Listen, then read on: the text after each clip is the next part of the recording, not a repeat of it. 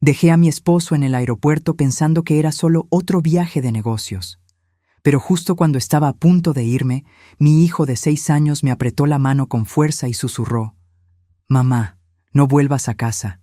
Esta mañana escuché a papá planear algo muy malo contra nosotros. Por favor, esta vez, créeme». Le creí y nos escondimos, y lo que vi después me hizo entrar en pánico. Pero antes de continuar, asegúrate de ya estar suscrito al canal y escribe en los comentarios: ¿desde dónde estás viendo este video?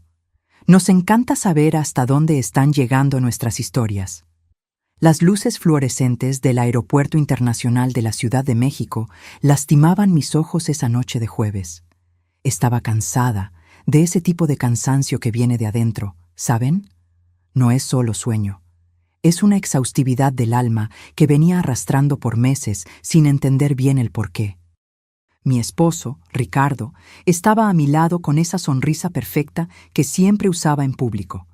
Traje gris impecable, maletín de piel en mano, perfume caro que yo misma le había regalado en su último cumpleaños.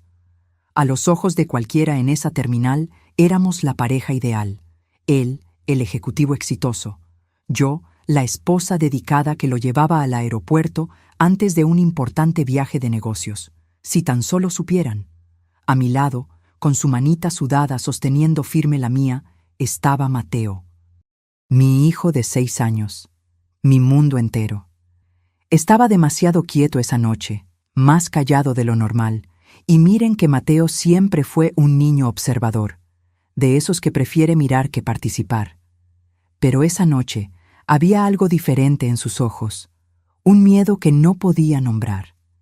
«Esta reunión en Monterrey es crucial, amor», dijo Ricardo, jalándome para un abrazo calculado. Todo en él era calculado, solo que yo no lo sabía aún. 3 días a lo mucho y estoy de vuelta. Tú te encargas de todo aquí, ¿verdad? Encargarse de todo, como si mi vida fuera solo eso, sostener todo mientras él construía su imperio.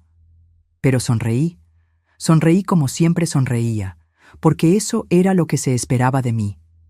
«Claro, estaremos bien», respondí, sintiendo que Mateo apretaba mi mano con más fuerza aún. Ricardo se agachó frente a nuestro hijo.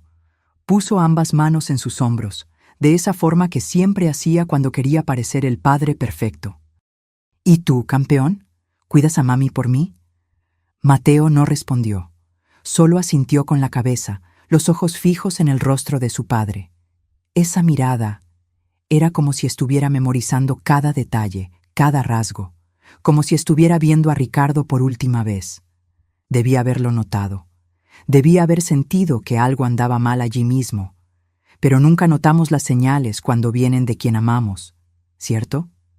Creemos que conocemos a la persona, que después de 8 años de matrimonio, nada puede sorprendernos. Qué ingenua fui. Ricardo besó la frente de Mateo, luego la mía. «Los amo. Hasta pronto».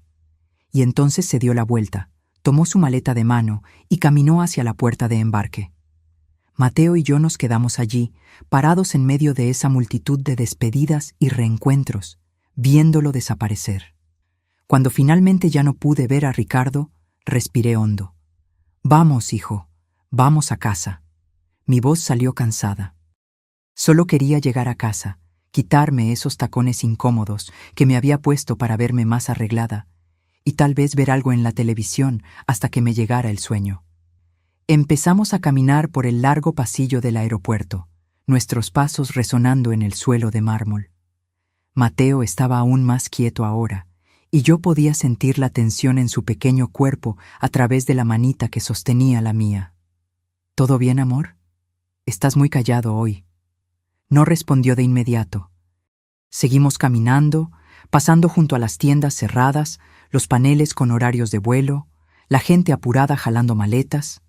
Fue solo cuando llegamos cerca de la salida, cuando las puertas automáticas de cristal ya estaban a la vista, que se detuvo. Se detuvo tan bruscamente que casi tropiezo. «¿Mateo? ¿Qué pasa?» Fue entonces que me miró. Y, Dios, esa mirada. Nunca la olvidaré. Era puro terror. ese tipo de miedo que un niño de 6 años ni siquiera debería conocer. «Mamá», susurró, la voz temblándole, «no podemos volver a casa». Mi corazón dio un salto extraño en el pecho, me agaché frente a él, sosteniendo sus 2 bracitos. «¿Cómo que no, hijo? Claro que vamos a casa. Es tarde. Necesitas dormir». «No». Su voz salió más fuerte, desesperada. Algunas personas voltearon la cabeza a vernos. Tragó saliva y continuó, ahora en un susurro urgente. «Mamá, por favor, no podemos volver. Créeme esta vez. Por favor». Esta vez, esas 2 palabras me dolieron. Porque era verdad. Semanas atrás, Mateo me había contado que vio un coche extraño parado frente a nuestra casa.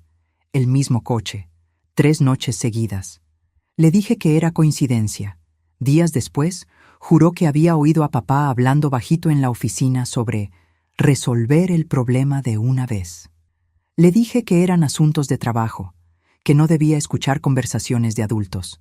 No le creí, y ahora él estaba suplicándome, con lágrimas comenzando a formarse en esos ojitos cafés. Esta vez, créeme. «Mateo, explícame, ¿qué está pasando?» Mi voz salió más firme de lo que me sentía por dentro. Él miró a su alrededor, como si tuviera miedo de que alguien pudiera oírlo. Luego me jaló del brazo, haciéndome inclinarme aún más cerca de él, y susurró a mi oído. «Esta mañana, muy temprano, me desperté antes que todos. Fui por agua y escuché a papá en su oficina. Estaba en el teléfono. Mamá dijo que esta noche, cuando estuviéramos durmiendo, iba a pasar algo malo. Que él necesitaba estar lejos cuando sucediera. Que nosotros ya no íbamos a estar en su camino». Mi sangre se congeló. «Mateo, ¿estás seguro? ¿Estás seguro de lo que oíste?» Asintió con la cabeza, desesperado. Dijo que había gente que iba a encargarse de eso. Dijo que finalmente iba a ser libre. Mamá, su voz, no era la voz de papá, era diferente, aterradora. Mi primer instinto fue negarlo. Decir que era imaginación, que él había entendido mal, que Ricardo jamás. Pero entonces recordé cosas. Pequeñas cosas que había ignorado. Ricardo aumentando el seguro de vida hace 3 meses, diciendo que era solo una precaución. Ricardo insistiendo en que yo pusiera todo, la casa en Guadalajara, el coche, incluso la cuenta conjunta, solo a su nombre. «Facilita los impuestos, amor». Ricardo enojándose cuando mencioné que quería volver a trabajar. «No es necesario, yo me encargo de todo». Las llamadas extrañas que contestaba encerrado en la oficina. Los viajes cada vez más frecuentes. Y esa conversación que escuché sin querer, 2 semanas atrás, cuando pensé que estaba dormido. Murmuraba al teléfono. «Sí, sé el riesgo, pero no hay otra manera. Tiene que parecer accidental». En ese momento me convencí de que era sobre trabajo, sobre algún negocio arriesgado. Pero, ¿y si no lo era? Miré a Mateo, a ese rostro aterrorizado, a las lágrimas que rodaban, a las manitas temblorosas, y tomé la decisión más importante de mi vida. «Está bien, hijo, te creo». El alivio que pasó por su rostro fue instantáneo, pero duró poco. «Entonces, ¿qué vamos a hacer?» Buena pregunta. Mi cerebro estaba acelerado. Si Mateo estaba en lo cierto, y cada célula de mi cuerpo estaba empezando a gritar que lo estaba, volver a casa era una sentencia de muerte. Pero, ¿a dónde ir? ¿A casa de quién? Todos nuestros amigos eran amigos de Ricardo también. Mi familia vivía en otro estado. ¿Y si me equivocaba? ¿Si era todo un terrible malentendido? Pero, ¿y si no lo era? «Vamos al coche», decidí. «Pero no vamos a ir a casa, vamos a vigilar, de lejos, solo para estar seguras. ¿De acuerdo?» Mateo asintió con la cabeza. Tomé su mano nuevamente y caminamos hacia el estacionamiento. Mi corazón latía tan fuerte que podía escuchar la sangre pulsando en mis oídos. Cada paso parecía pesar 1 tonelada. El aire frío de la noche me golpeó al salir del aeropuerto. El estacionamiento estaba poco iluminado, con solo algunos coches dispersos. El nuestro estaba en una esquina, un sedán plateado que Ricardo se había empeñado en comprar el año pasado. Un coche seguro para mi familia, dijo. Seguro. Qué broma amarga. Abrimos el coche y entramos. Le puse el cinturón a Mateo, luego el mío. Mis manos temblaban tanto que me tomó 3 intentos encender el motor. ¿Mamá? La voz de Mateo era pequeña en el asiento trasero. ¿Sí, mi amor? Gracias por creerme. Miré por el retrovisor. Estaba encogido en el asiento, abrazando la mochila de dinosaurios que llevaba a todas partes. Siempre te voy a creer, hijo, siempre. Y en ese momento me di cuenta de que debía haber dicho eso antes. Debía haberlo escuchado desde el principio. Conduje en silencio. No fui directo a casa. Tomé un camino alternativo, una calle paralela que daba vista a nuestra calle sin que pudiéramos ser vistos fácilmente. Encontré un lugar oscuro, entre 2 árboles grandes, y me estacioné. Desde allí podíamos ver nuestra casa en Guadalajara. Todo parecía normal. Las luces del poste iluminaban la acera, nuestro jardín bien cuidado, la terraza donde Ricardo y yo tomábamos café los domingos, la ventana del cuarto de Mateo, con las cortinas de Batman que él había elegido. Casa, nuestro hogar, o al menos eso era lo que yo pensaba. Apagué el motor y las luces del coche. Oscuridad total. Silencio total, excepto por nuestra respiración. Y ahora esperamos, susurré. Mateo no dijo nada. Solo siguió mirando por la ventana, los ojos fijos en la casa. Y así nos quedamos, esperando. Sin saber que en menos de 1 hora, todo lo que creía saber sobre mi vida se iba a desmoronar. El reloj del tablero del coche marcaba las 22:17 cuando comencé a cuestionar si no estaba siendo completamente ridícula. Ahí estaba yo, escondida en una calle oscura con mi hijo de 6 años, vigilando mi propia casa como si fuéramos espías en una película mala. ¿Qué clase de madre hace esto? ¿Qué clase de esposa sospecha de su propio marido de qué, exactamente?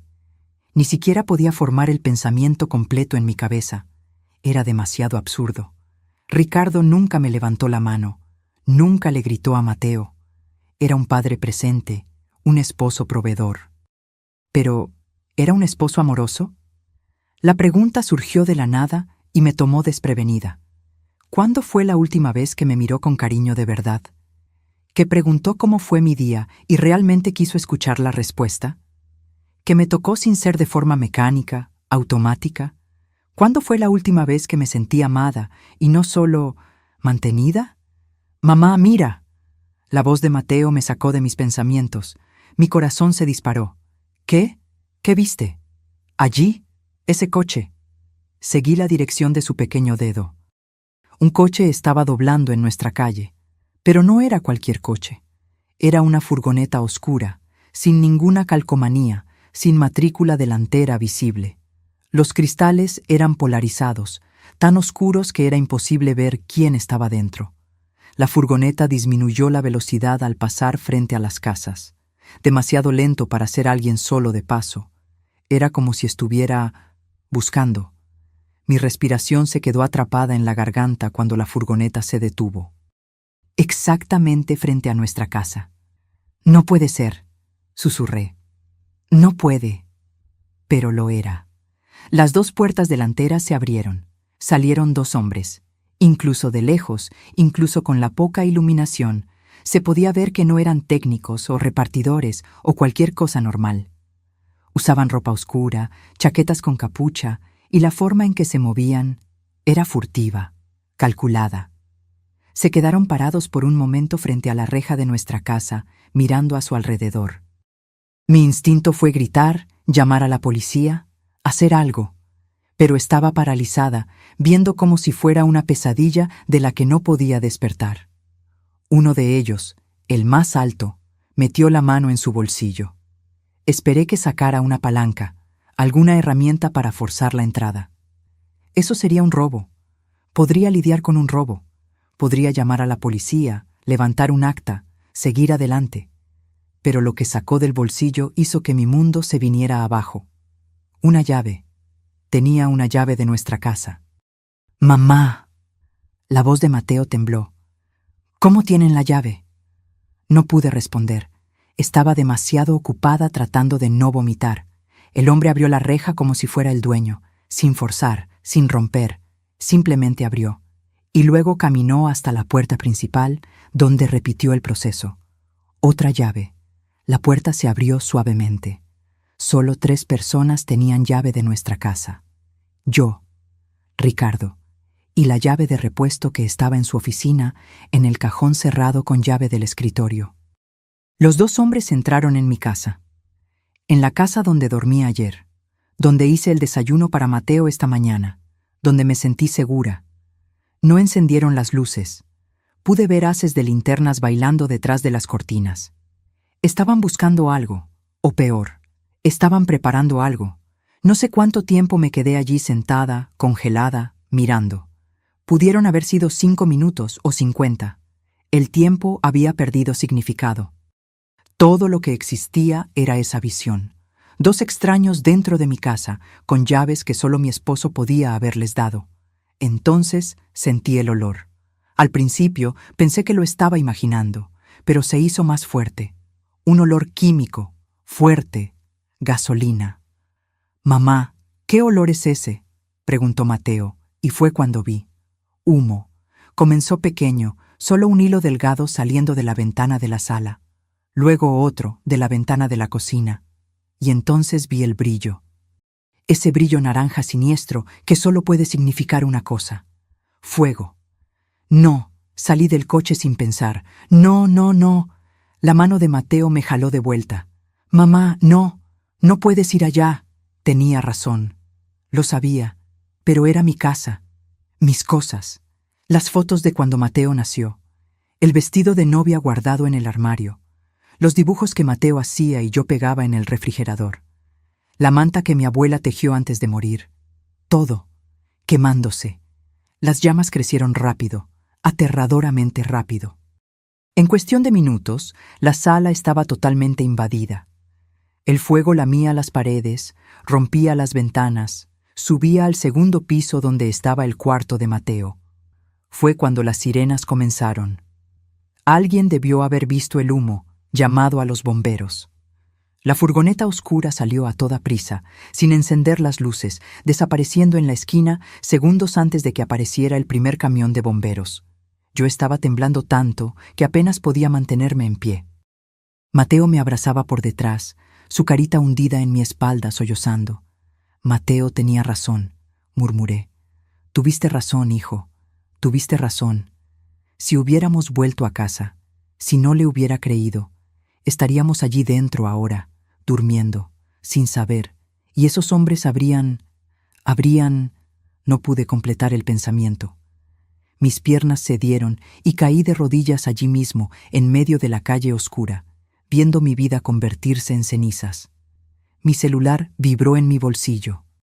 Con las manos temblorosas, lo tomé. Era un mensaje, de Ricardo. «Amor, acabo de aterrizar. Espero que tú y Mateo estén durmiendo bien. Los amo. Hasta pronto». Leí el mensaje 1 vez, 2, 3. Cada palabra era un cuchillo. Cada emoji de corazón era veneno. Él lo sabía. Claro que lo sabía. Estaba en otro estado, construyendo su coartada perfecta, mientras contrataba gente para matarnos, para quemarnos vivos mientras dormíamos, y luego regresaría como el esposo devastado, el padre de luto. Lloraría en el velorio, recibiría las condolencias, y se quedaría con todo, el seguro de vida, la casa, o lo que quedara de ella, la cuenta bancaria. Libre. Eso fue lo que Mateo le oyó decir en el teléfono. Finalmente voy a ser libre, libre de mí, libre de su hijo. La náusea vino con fuerza. Me di la vuelta y vomité allí mismo en la acera. Todo lo que tenía en el estómago salió, junto con cualquier ilusión que aún me quedaba sobre mi matrimonio. Cuando finalmente pude parar, me limpié la boca con la manga de mi blusa y miré a Mateo. Estaba sentado en la acera, abrazando sus rodillas, mirando la casa arder. Las lágrimas rodaban por su carita, pero ya no sollozaba, solo miraba. Un niño de 6 años no debería tener esa expresión. esa comprensión terrible y prematura de que personas que deberían amarte pueden querer hacerte daño. Me senté a su lado y lo jalé hacia un abrazo apretado. «Lo siento», susurré en su cabecita. «Lo siento por no haberte creído antes. Lo siento por todo». Él se agarró a mí como si yo fuera lo único sólido en un mundo que se había volteado de cabeza. Y tal vez lo era. «¿Qué vamos a hacer ahora, mamá?», era la pregunta del millón, ¿no? ¿Qué haces cuando descubres que el hombre que prometió amarte y protegerte en realidad quiere verte muerta? No podíamos volver a casa.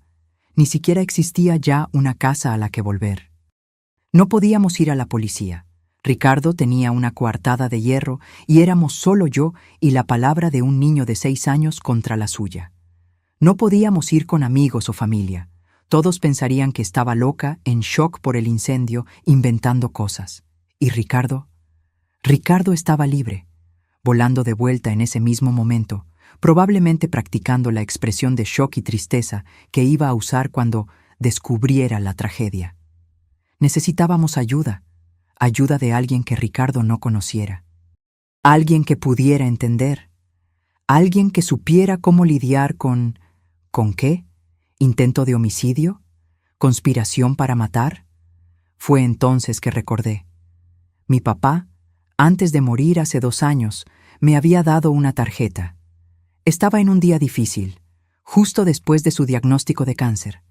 Me llamó al cuarto del hospital, tomó mi mano y dijo: «Marina, no confío en ese marido tuyo, nunca confié. Si un día necesitas ayuda, ayuda de verdad, busca a esta persona».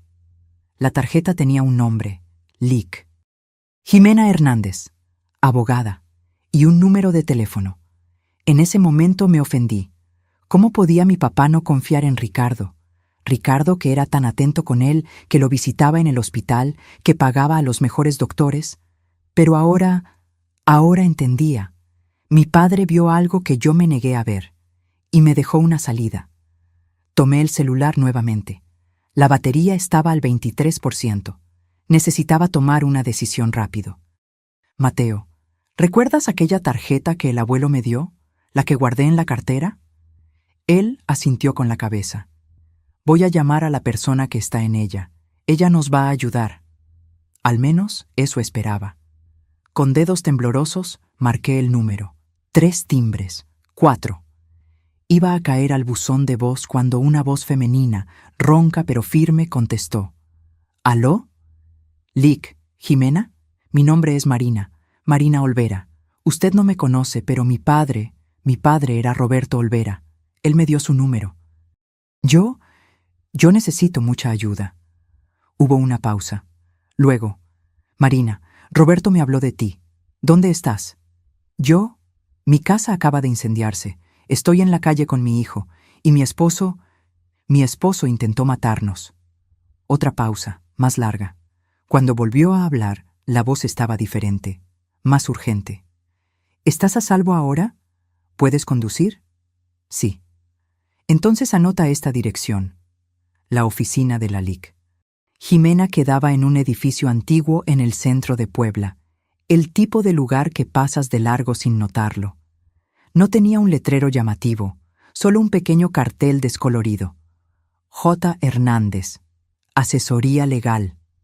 Eran casi las 12 de la noche cuando me estacioné enfrente. La calle estaba desierta, solo algunos postes funcionando.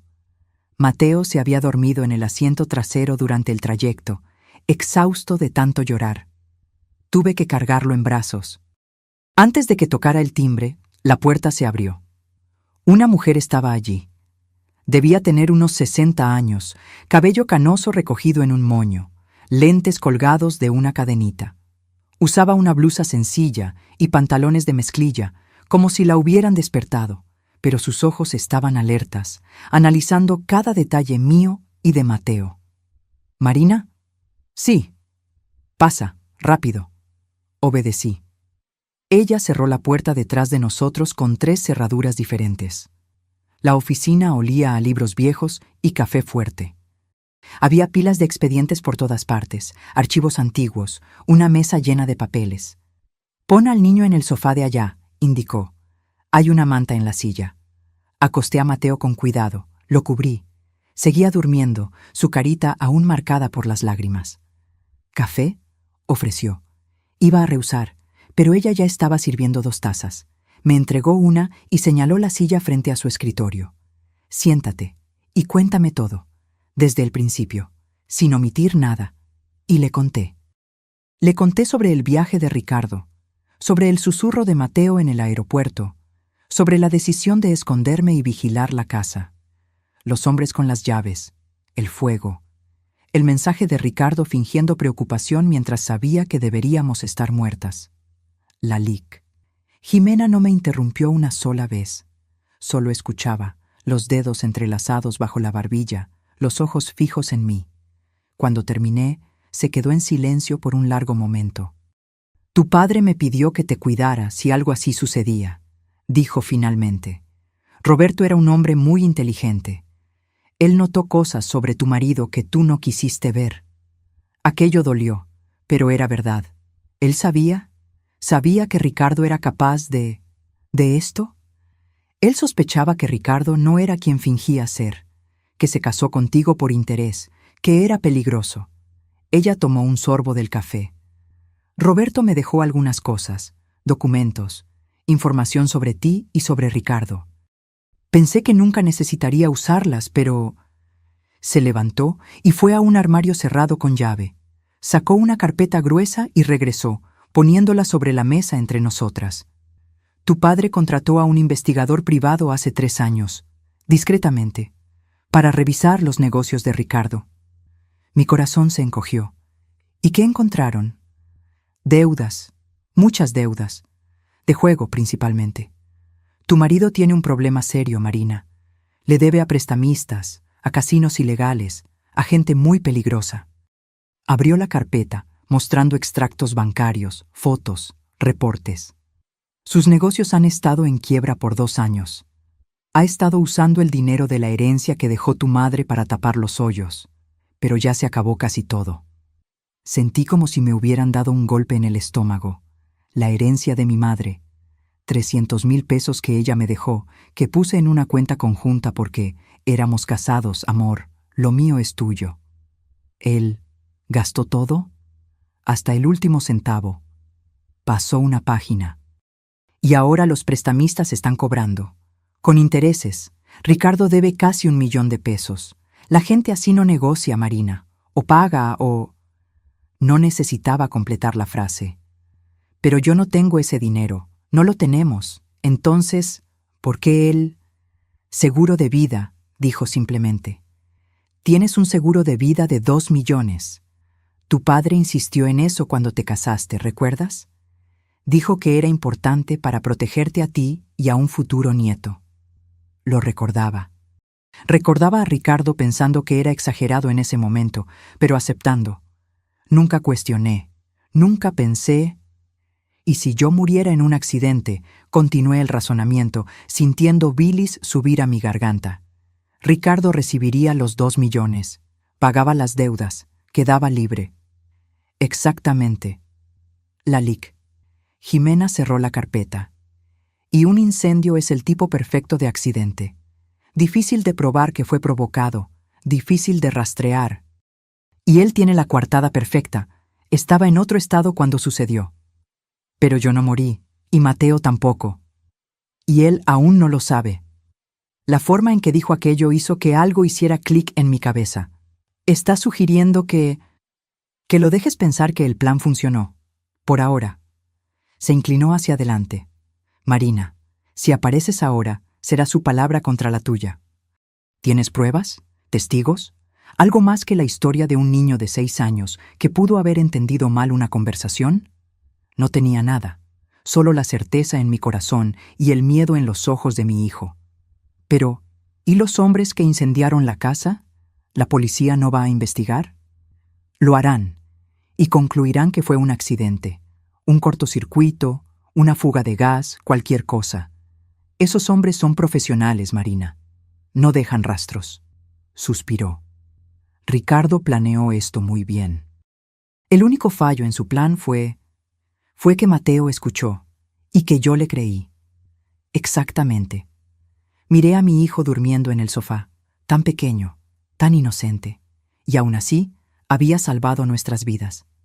Entonces, ¿qué hago? No puedo simplemente desaparecer.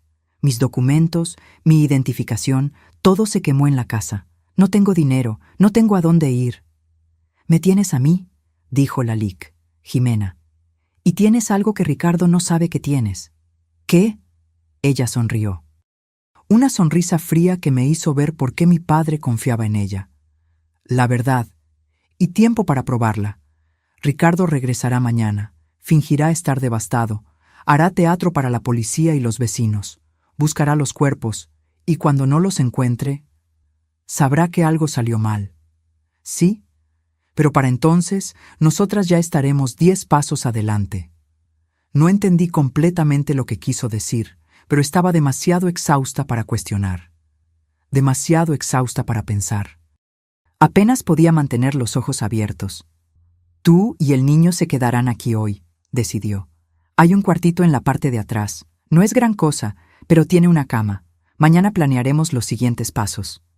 «Lic, Jimena, ¿por qué está haciendo esto? ¿Por qué ayudar tanto así?». Se quedó callada por un momento, mirando a algún punto más allá de mí, perdida en algún recuerdo. «Roberto me salvó la vida una vez, hace mucho tiempo, cuando mi propio marido intentó matarme». Regresó la mirada hacia mí. «Sé exactamente lo que estás sintiendo ahora, Marina. El shock, la traición, el miedo. Y le prometí a tu padre que si me necesitabas, aquí estaría. Es una deuda que tengo el placer de pagar». Me tragué las lágrimas que amenazaban con caer. «Gracias. No me agradezcas aún. El juego acaba de comenzar». Dormí por tal vez 3 horas, pero parecieron 3 minutos. Desperté con Mateo sacudiéndome, asustado, preguntando dónde estábamos. Me tomó algunos segundos recordar, y cuando recordé, la realidad cayó sobre mí como un balde de agua fría. Mi marido intentó matarme. No importaba cuántas veces me repitiera eso en la cabeza. Seguía pareciendo irreal, surrealista, como si fuera una pesadilla de la que iba a despertar en cualquier momento. Pero no lo era, y las noticias de la mañana lo probaron. La LIC. Jimena golpeó la puerta del cuartito a las 7. «Enciendan la televisión. Canal 5. Ahí estaba. Incendio destruye casa en fraccionamiento de lujo, destino de la familia aún desconocido. Mostraban la casa, o lo que quedaba de ella. Solo paredes negras y escombros humeantes. Bomberos aún trabajando, separando restos. Y entonces lo mostraron a él, Ricardo, bajando de un taxi en medio de la confusión, con una expresión que yo reconocía, la que usaba cuando ensayaba discursos importantes frente al espejo. Preocupación calculada, horror medido. Mi esposa, mi hijo, por el amor de Dios, que alguien me diga que no estaban ahí dentro, gritaba a la cámara, a los policías, a quien quisiera escuchar. El reportero explicaba que él estaba viajando por trabajo, que acababa de aterrizar y había venido directo al lugar. Un esposo desesperado buscando a su familia desaparecida narraba con esa voz grave de noticiero. Sentí a Mateo encogerse a mi lado. «Está mintiendo», susurró mi hijo. «Está fingiendo que le importa». Y lo estaba. Se podía ver si mirabas con atención, la forma en que chequeaba las cámaras antes de desplomarse en lágrimas, cómo sus ojos estaban secos, incluso con las manos cubriendo su rostro. Cómo preguntaba a los bomberos: «¿Ya encontraron los cuerpos?», con una urgencia que no era de quien tiene esperanza, era de quien necesita confirmación. Quería asegurarse de que estábamos muertas. La LIC. Jimena apagó la televisión. Buscará los cuerpos todo el día. Cuando no los encuentre, empezará a sospechar. Tenemos tal vez 24 horas antes de que se dé cuenta de que escaparon. ¿Y luego? Luego entrará en pánico, y la gente en pánico comete errores. Se sentó en la orilla de la cama. «Marina, necesito que me digas, ¿conoces la combinación de la caja fuerte que Ricardo tiene en la oficina?». Pensé por un momento. La conozco. Es su fecha de nacimiento. Demasiado obvio, pero sirve. ¿Guarda documentos importantes allí? Creo que sí. Nunca puse mucha atención. Necesitamos esos documentos. Especialmente si es lo suficientemente estúpido como para haber guardado algo que lo conecte a los hombres que contrató. ¿Pero cómo? La casa está rodeada de policía ahora. Lo estará por algunas horas, pero de noche, cuando se vaya al hotel, porque no querrá dormir en una casa quemada. ¿Podemos entrar? La miré como si estuviera loca. ¿Quiere que yo me meta en mi propia casa? Técnicamente no es allanamiento si vives allí. Ella sonrió de esa manera fría de nuevo. Y además vamos a necesitar pruebas, evidencia, algo sólido que pruebe que Ricardo planeó esto. Tenía sentido, un sentido aterrador, pero lo tenía. Yo voy contigo, dijo Mateo de repente. De ninguna manera. ¿Tú te quedas aquí? Mamá, yo sé dónde papá esconde las cosas. Su voz era pequeña pero determinada. Hay lugares que tú no conoces. Yo sé porque observo. Siempre observo. Y él observaba de verdad. Mi hijo callado, que todos creían tímido, era en realidad increíblemente atento. Notaba cosas que a mí se me pasaban por alto. Tiene razón, asintió Lalique. Jimena, los niños ven lo que los adultos ignoran. Si hay algo escondido, él sabrá dónde buscar. No me gustó la idea. No quería exponer a Mateo al peligro de nuevo, pero también sabía que necesitábamos evidencia y que el tiempo se estaba acabando. El día transcurrió lentamente.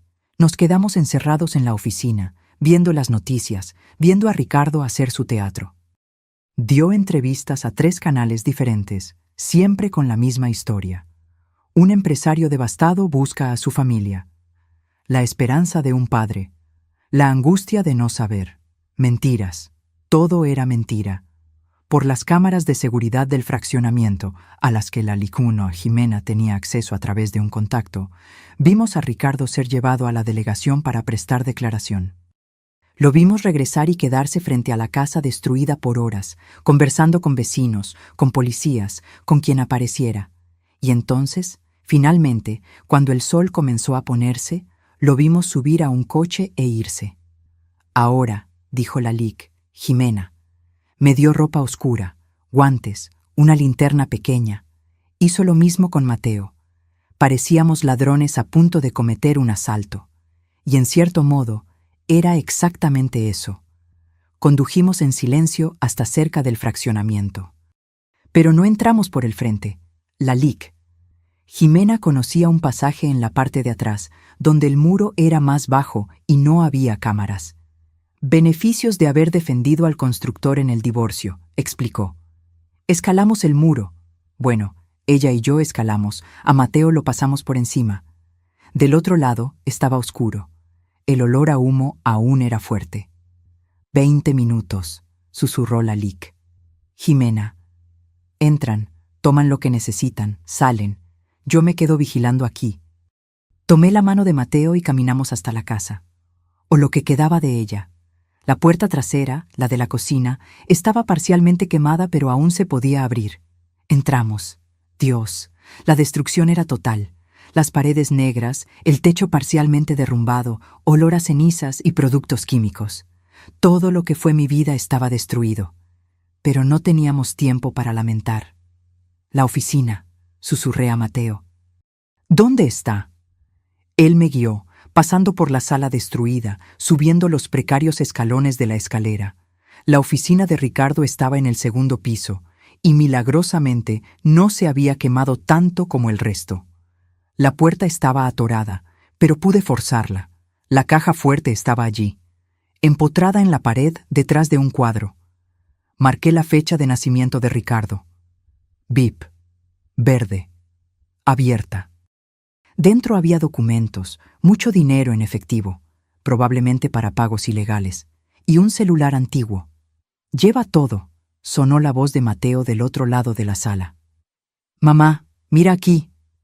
Estaba señalando debajo de una tabla suelta del piso.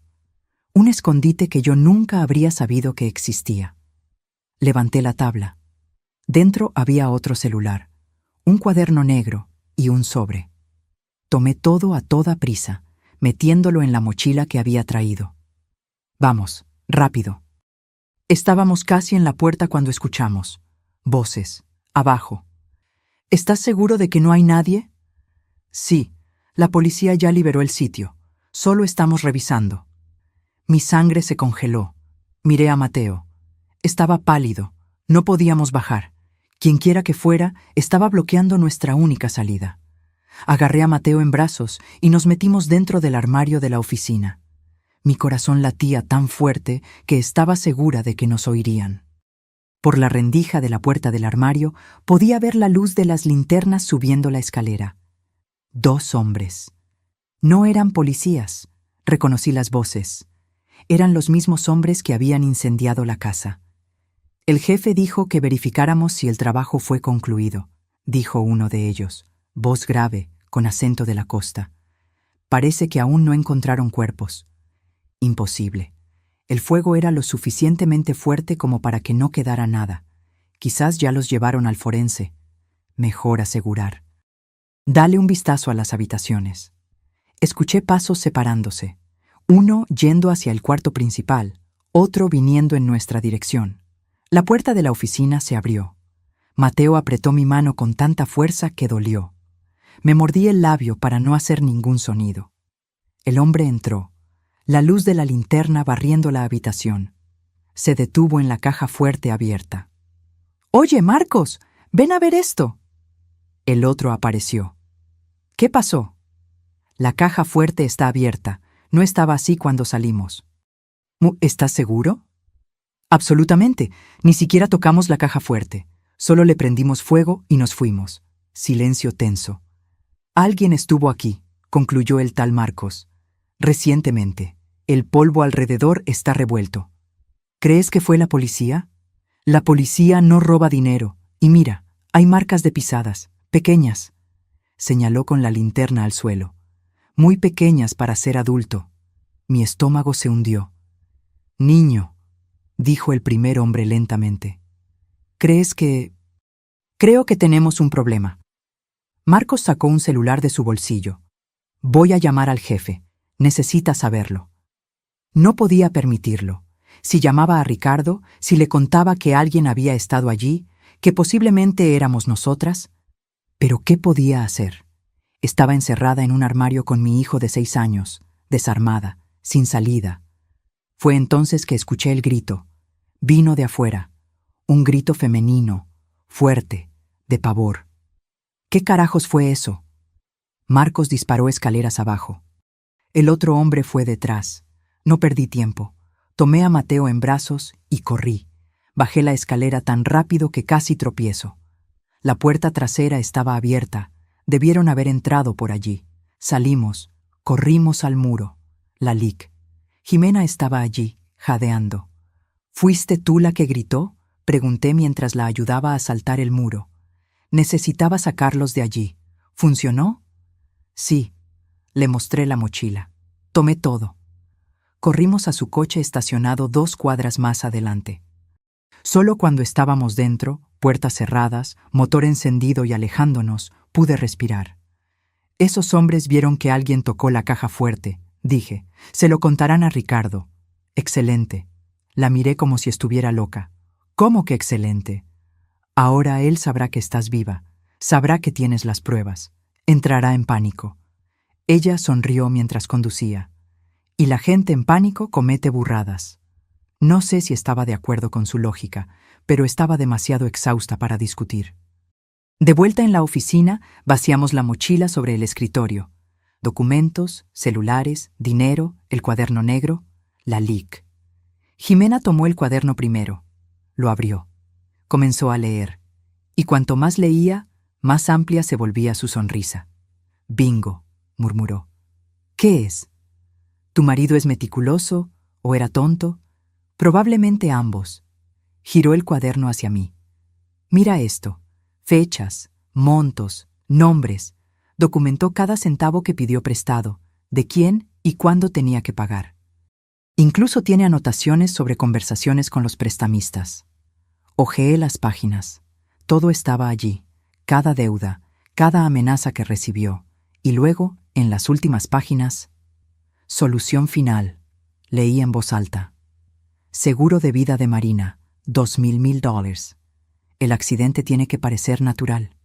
Contacto, Marcos. Servicio, $50,000, mitad por adelantado. Fecha, 21 de noviembre. Era hoy. O mejor dicho, era ayer. Escribió todo, susurré incrédula. ¿Por qué alguien haría eso? Seguro, explicó Lalik. Jimena, si algo salía mal, él podía usar esto como garantía contra los tipos que contrató. Probar que ellos también estaban involucrados. Tomó uno de los celulares, y apuesto a que en estos celulares hay aún más evidencia. Conversaciones, llamadas. Tomó toda la noche examinar todo. Los celulares estaban protegidos con contraseña, pero Jimena tenía un contacto que logró desbloquearlos, y allí estaba todo. Mensajes entre Ricardo y Marcos. Necesita ser un día que yo esté viajando. Coartada sólida. Tiene que parecer accidental. El fuego es bueno, difícil de rastrear. ¿Y el niño? Había preguntado Marcos. También, no puede quedar nadie. También. Ricardo había escrito fríamente sobre matar a nuestro hijo, como si fuera un detalle menor, un inconveniente a resolver. Sentí el odio crecer dentro de mí, un odio frío, cortante. Ya no era la mujer que se había casado creyendo que había encontrado el amor. Era una madre protegiendo a su hijo, y las madres son peligrosas cuando sus hijos están amenazados. ¿Esto es suficiente para arrestarlo?, pregunté. Suficiente para arrestar, condenar y tirar la llave, confirmó Jimena. Pero necesitamos hacerlo bien. Si entregamos esto a la policía equivocada, Ricardo tiene suficiente dinero y conexiones para hacerlo desaparecer. O peor, para hacerlas desaparecer a ustedes. Entonces, ¿qué hacemos? Ella pensó por un momento. Conozco un delegado, honesto, incorruptible, de la División de Homicidios. Si le presentamos el caso a él, con todas estas pruebas, Ricardo no tiene a dónde correr. ¿Cuándo? Mañana por la mañana. Pero antes de eso, miró su celular. Tu marido ya intentó llamarte 7 veces en la última hora y te mandó 15 mensajes. Tomé mi celular. Estaba en silencio, pero la pantalla se encendía con notificación tras notificación. Marina, por el amor de Dios, ¿dónde estás? Amor, estoy desesperado. Por favor, respóndeme. La policía dijo que no encontró tu cuerpo. ¿Dónde estás? ¿Estás herida? Marina, respóndeme. Y el más reciente, enviado hace 5 minutos. Sé que estás viva, y sé que tomaste las cosas de la caja fuerte. Necesitamos hablar. Urgente. La máscara se había caído. Él lo sabe, dije. Perfecto, respóndele. ¿Qué? ¿Estás loca? Respóndele. Dile que quieres encontrarte con él, en un lugar público, mañana por la mañana. ¿Por qué? Jimena sonrió. Esa sonrisa que aprendí a temer y admirar al mismo tiempo. Porque le daremos una oportunidad para ahorcarse. Escribí la respuesta con los dedos temblorosos. Alameda Central, mañana 10 a.m. Ven solo. La respuesta de Ricardo llegó en segundos. Estaré allí. Marina, necesitamos hablar. Las cosas no son como tú piensas. No son como yo pienso. Como si yo fuera la loca de la historia. Como si no hubiera visto a 2 hombres incendiando mi casa con mis propias llaves. Perfecto, dijo Jimena. Mañana por la mañana te encontrarás con él, pero no estarás sola. Ella explicó el plan. Era arriesgado, tal vez insano, pero podría funcionar. El delegado que ella conocía, delegado Juárez, aceptó ayudar cuando ella llamó y explicó la situación. Pondría a personas de civil en la plaza, escuchas, cámaras. Todo lo que necesitábamos era hacer que Ricardo confesara. Nunca va a confesar sabiendo que puede ser grabado, argumenté. No necesita confesar con palabras, replicó. Solo necesita actuar. Y los hombres desesperados siempre actúan. Esa noche no pude dormir. Me quedaba imaginando el encuentro. Lo que diría. Cómo miraría a los ojos del hombre que intentó matarme y fingiría normalidad. Mateo dormía a mi lado, finalmente en paz después de días de terror. Al menos uno de nosotros podía descansar.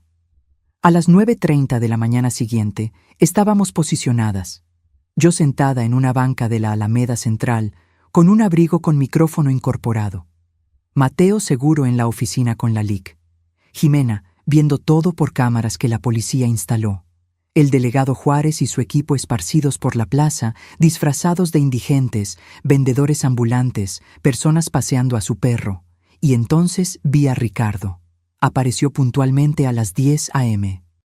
Usaba ropa arrugada, probablemente la misma de ayer, ojeras profundas, barba sin afeitar. Por primera vez desde que lo conocí, parecía humano, vulnerable, pero yo sabía la verdad. Me vio y prácticamente corrió. «Marina, gracias a Dios estás bien». Intentó abrazarme. Retrocedí. «No me toques». La máscara se deslizó por un segundo. Vi rabia en sus ojos antes de volver a expresar preocupación. «Amor, sé que estás asustada, pero tienes que escucharme». «¿Escucharte? ¿Escucharte decir qué, Ricardo? ¿Que fue todo un error? ¿Que los hombres que incendiaron nuestra casa con nuestras llaves eran solo ladrones?» Parpadeó, calculando. ¿Tú viste? Vi todo. Estaba allí. Mateo y yo. Vimos todo. Se puso pálido. Miró a su alrededor, nervioso. «Aquí no. Vamos a un lugar privado». «No voy a ir a ningún lado contigo». Mantuve la voz firme, aunque mi corazón estuviera disparado. «Habla aquí. Ahora. ¿Por qué intentaste matarme?» «Yo no... No fue así». Se pasó la mano por el cabello. «Marina, no entiendes. Estoy en problemas. Debo mucho dinero a gente muy peligrosa. Te amenazaron a Mateo».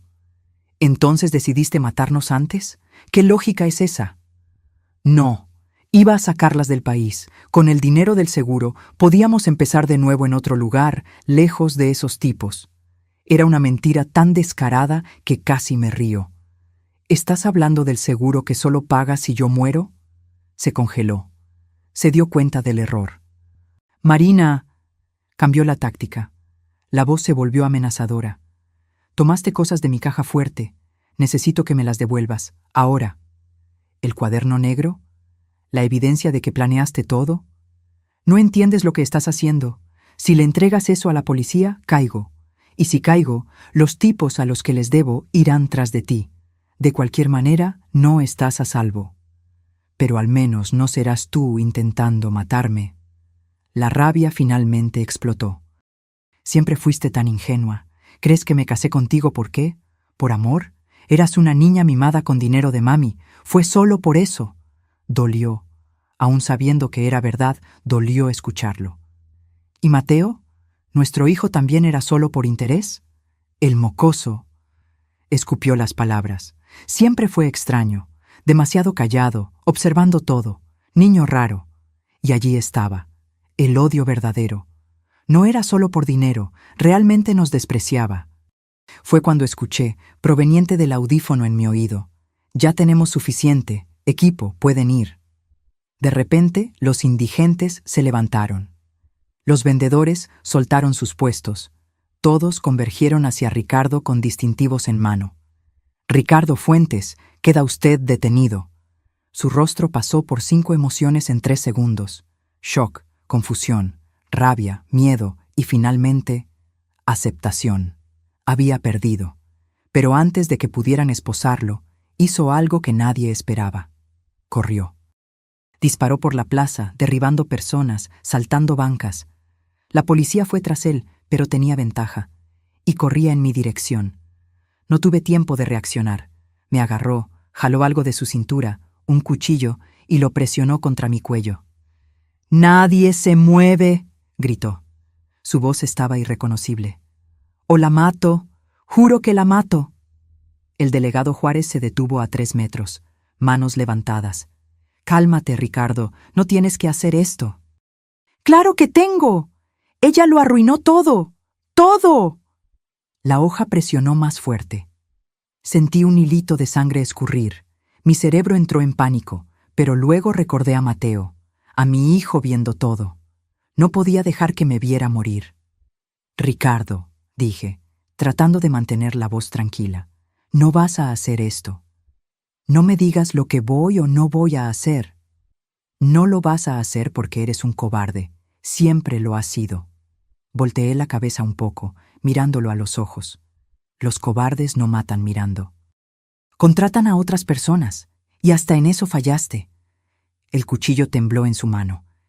Y en ese segundo de hesitación algo pasó. Un disparo. No para matar, para incapacitar. Un francotirador que yo ni siquiera había visto acertó en la mano de Ricardo. El cuchillo cayó. Gritó de dolor. Y en segundos estaba en el suelo, esposado, rodeado por policías. Caí de rodillas, temblando. El delegado Juárez me ayudó a levantarme. Ya está bien. Terminó. Pero no parecía que hubiera terminado. Nada parecía real. Miré a Ricardo siendo arrastrado a la patrulla. Gritaba, pataleaba, amenazaba. «Esto no termina aquí, Marina. Vas a pagar, vas a pagar». Vacías. Todas sus amenazas ahora eran vacías. El juicio de Ricardo fue rápido. Con todas las pruebas, el cuaderno, los celulares, las grabaciones de nuestro encuentro, la declaración de los hombres que contrató, que hicieron un acuerdo de delación, no había defensa posible. Intentaron alegar insanidad temporal. Intentaron decir que estaba siendo coaccionado por los prestamistas. Intentaron de todo. No funcionó. Ricardo fue condenado a 25 años de prisión. Intento de homicidio calificado 2 veces. Incendio provocado. Fraude. La lista era larga. Yo no fui al juicio. No quería ver su rostro nunca más, pero la LIC, Jimena sí fue. Me mandó un mensaje cuando salió la sentencia. Se hizo justicia. Justicia. La palabra parecía extraña. Porque no parecía justo que 8 años de mi vida hubieran sido una mentira. No parecía justo que mi hijo tuviera que crecer sabiendo que su propio padre quiso matarlo. Pero al menos estábamos vivas. Y libres. En los meses siguientes tuve que reconstruir todo. Literalmente todo. Documentos, identidad, cuenta bancaria, casa. Conseguí acceso al dinero del seguro de la casa, irónico, ya que Ricardo la había quemado para obtener otro seguro. No era mucho, pero era suficiente para empezar de nuevo. La LIC. Jimena me ayudó con todo el papeleo. Más que eso, se convirtió en una amiga, tal vez la primera amiga verdadera que tuve. Tu padre sabía que me ibas a necesitar un día, me dijo una tarde, tomando café en el nuevo apartamento que alquilé. Me hizo prometer que te cuidaría. ¿Cómo lo sabía? ¿Sobre Ricardo? Intuición de padre. Ella sonrió. O tal vez vio cosas que tú, enamorada, no quisiste ver. Pequeñas señales. La forma en que Ricardo miraba el dinero de tu familia. ¿Cómo preguntaba sobre herencias? ¿Cómo se irritaba cuando hablabas de trabajar? Tenía razón. Las señales siempre estuvieron allí. Fui yo quien eligió ignorarlas. Mateo estaba yendo a terapia. Al principio, no quería hablar sobre lo que sucedió, pero con el tiempo, poco a poco, comenzó a abrirse. La terapeuta dijo que era resiliente. Los niños son más fuertes de lo que imaginamos. Pero incluso fuerte, tenía pesadillas.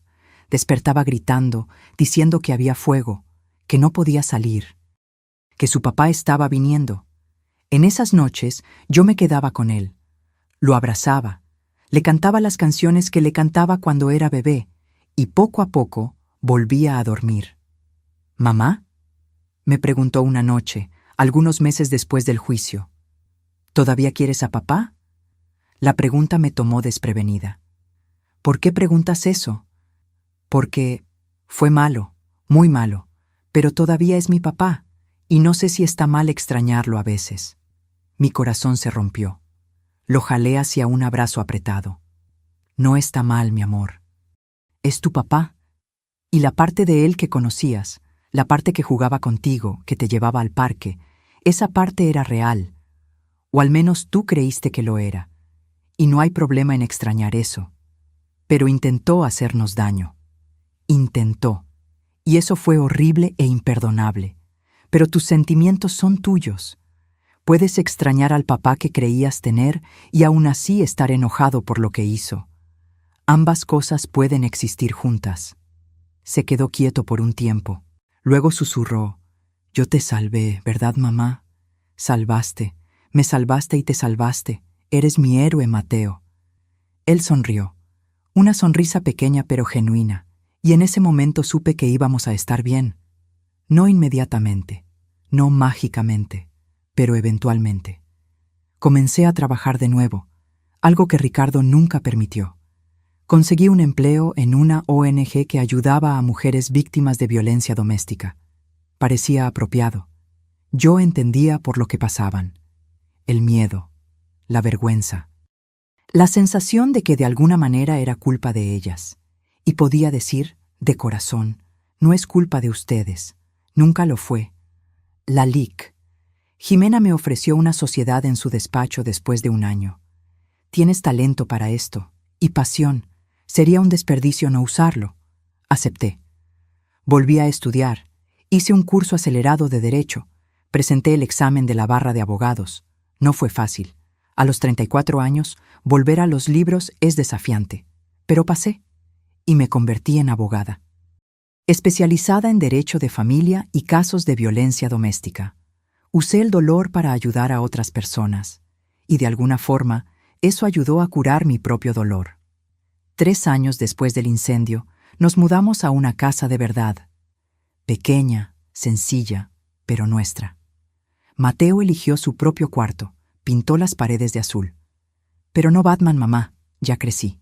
Lo llenó de pósters de astronautas. «Cuando sea grande voy a ser astronauta», anunció. «O científico. Aún no decido». Me reí. «Puede ser las dos cosas». «¿En serio? ¿Se puede hacer eso?» «Se puede hacer cualquier cosa que quieras, hijo».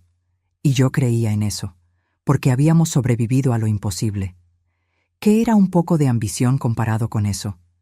De vez en cuando pensaba en Ricardo, principalmente cuando firmaba los papeles del divorcio, que él impugnó, claro, pero perdió.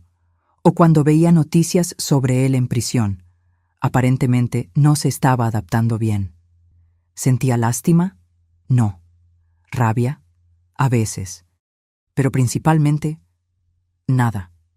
Se había vuelto irrelevante.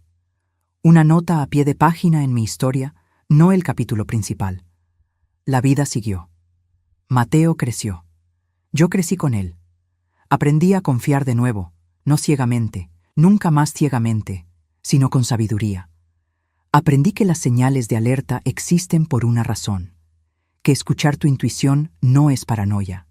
Y aprendí que a veces las personas que más amamos son las que más pueden herirnos. Pero también aprendí que podemos sobrevivir a eso. Y hasta crecer. Hoy se cumplen 5 años desde aquella noche en el aeropuerto. 5 años desde que Mateo susurró: «No vuelvas a casa», y cambió nuestras vidas para siempre. Estoy sentada en la terraza de nuestra casa, tomando café. Mateo, ahora de 11 años, está en la sala haciendo la tarea. Es sábado, pero le gusta adelantar el trabajo. «¡Mamá!», grita. «¿Puedo ir a casa de Luis después de comer?». «Puedes, pero vuelve antes de las 6. Está bien». Sonrío a mi café. Tiene amigos ahora. Buenos amigos. Dejó de ser aquel niño callado y asustado. Sigue siendo observador. Siempre lo será. Pero también ríe, juega, vive, como todo niño debería vivir. Mi celular suena. Es la LIC. Jimena. O mejor dicho, Jimena. Dejamos las formalidades hace mucho tiempo. «Buenos días. Te levantaste temprano hoy». «Tengo noticias», dice. Puedo escuchar la sonrisa en su voz. «¿Recuerdas aquel caso que tomamos el mes pasado, Fernanda?». Recuerdo. Mujer de 40 años, marido abusivo, 3 hijos, sin dinero para salir de casa. Lo logramos. Medida de protección aprobada. Ella y los niños ya están en el refugio, a salvo. Cierro los ojos, sintiendo ese calor en el pecho. Qué bueno de verdad. Para eso hacemos esto, ¿verdad? Para estos momentos. Sí. Colgamos y me quedo allí, pensando. ¿En cuántas mujeres hemos logrado ayudar en estos años? ¿Cuántos niños salvamos? No de forma tan dramática como Mateo y yo fuimos salvadas, pero salvadas de todos modos, de relaciones tóxicas, de abusos, de situaciones sin salida. Transformamos nuestra tragedia en propósito. ¿Mamá? Mateo aparece en la puerta. ¿Puedo preguntarte algo? Siempre. Se sienta en la silla a mi lado. Está más grande ahora, creciendo demasiado rápido para mi gusto. Pronto será más alto que yo. ¿Tú eres feliz? La pregunta me toma por sorpresa. Lo soy. ¿Por qué preguntas? Se encoge de hombros. Solo quería saber. Por todo lo que pasó. Pensé que tal vez te quedarías triste para siempre. Tomo su mano. Ya no es tan pequeñita como antes. Estuve triste por un tiempo, sí. Y todavía me pongo triste a veces, cuando recuerdo. Pero también soy feliz, porque te tengo a ti. Tengo un trabajo que amo. Tengo amigos de verdad. Tengo una vida que yo elegí, no que alguien eligió por mí. ¿Y a papá? ¿Ya lo perdonaste? Esa es más difícil. No sé si lo perdoné. Perdonar no significa olvidar o decir que todo está bien. Tal vez sea más dejarlo ir, ya no cargar con ese peso, y en eso sí, creo que lo logré. Él asiente procesando. Yo creo que también. No pienso mucho en él. Solo a veces, cuando recuerdo cómo era antes, pero luego recuerdo que aquello no era real, y se vuelve más fácil. ¡Qué sabiduría para un niño de 11 años! Pero Mateo nunca fue un niño común. Creció demasiado rápido, vio demasiadas cosas, pero sobrevivió. Y más que eso, floreció. Te amo mucho, ¿sabías? Le digo, abrazándolo. Yo también, mamá. Me devuelve el abrazo, luego se suelta. ¿Puedo volver a la tarea? Solo me falta matemáticas. Puedes. Vuelve adentro y yo me quedo allí, en la terraza, viendo el sol subir en el cielo. Pienso en lo extraña que es la vida. Hace 5 años estaba perdiendo todo, o creyendo que lo estaba. La casa, el matrimonio, la seguridad. Pero en realidad estaba ganando algo más importante: libertad. Libertad para ser yo misma, para tomar mis propias decisiones, para construir una vida basada en la verdad, no en mentiras bonitas. Y sí, duele. A veces todavía duele. Hay noches que despierto sudando, soñando con fuego. Hay días que veo a un hombre de lejos que se parece a Ricardo y mi corazón se acelera. El trauma no desaparece por completo. Aprendemos a vivir con él, pero también aprendemos que somos más fuertes de lo que imaginamos, que podemos sobrevivir a lo inimaginable, que podemos reconstruir a partir de las cenizas, literalmente, en mi caso. Mi teléfono vibra de nuevo, mensaje del grupo de apoyo que coordino para sobrevivientes de violencia doméstica. Gracias por la reunión de ayer. Por primera vez sentí que no estoy sola. Respondo, nunca lo estuviste y nunca lo estarás. Estamos juntas en esto. Es por estos mensajes que hago lo que hago, porque sé lo que es sentirse sola, atrapada, sin salida. Y sé lo que es encontrar una mano extendida cuando más la necesitas, como mi padre me dio cuando me dejó la tarjeta de Jimena, como Jimena me dio cuando me acogió, como Mateo me dio cuando tuvo el coraje de hablar, aún siendo tan pequeño. No nos salvamos solos. Nos necesitamos unos a otros, y ahora yo devuelvo. Extiendo mi mano a otras mujeres que están donde yo estuve, y las levanto. El sol ha salido por completo ahora. Un nuevo día, una nueva oportunidad. Me levanto, entro en casa. Mateo está en la mesa, concentrado en los números. No nota cuando me acerco y le doy un beso en la coronilla. «¡Mamá!», protesta, pero está sonriendo. Estoy tratando de concentrarme aquí. Lo siento, no te molestaré más. Voy a la cocina a preparar la comida. Algo sencillo, pasta con salsa, la comida favorita de Mateo.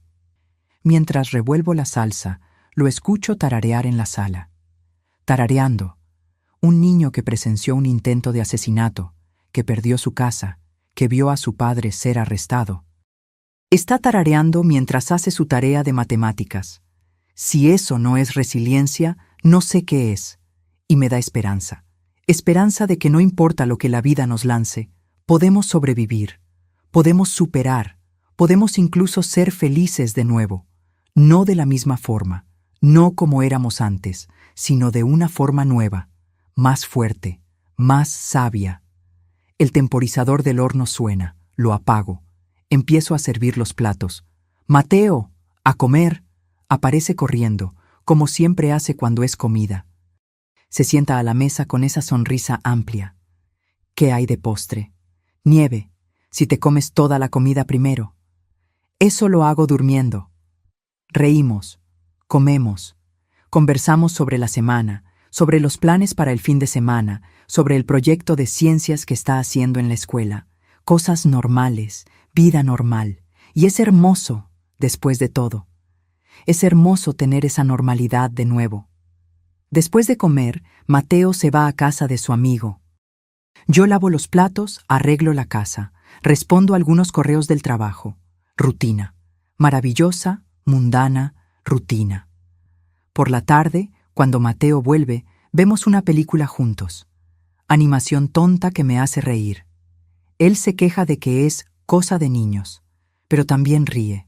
Y cuando cae la noche, cuando lo acuesto, a pesar de que se queja de que ya está muy grande para eso, me da un abrazo apretado. ¿Mamá? ¿Sí? Gracias. ¿Por qué, amor? Por creerme. Aquel día en el aeropuerto. Si no me hubieras creído, pero te creí, y siempre voy a creer en ti. Él sonríe, se acomoda en la cama. Buenas noches, mamá. Buenas noches, mi héroe. Apago la luz, cierro la puerta. Y por primera vez en 5 años no siento miedo del mañana. Porque no importa lo que venga, sé que lo enfrentaremos, juntos, y vamos a sobrevivir. Como siempre, sobrevivimos. Ahora, si te gustó esta historia, haz clic en suscribirte y dime en los comentarios, ¿qué parte te dejó con la boca abierta? Y no olvides unirte como miembro para tener acceso a videos exclusivos que no subo aquí. Te espero allí.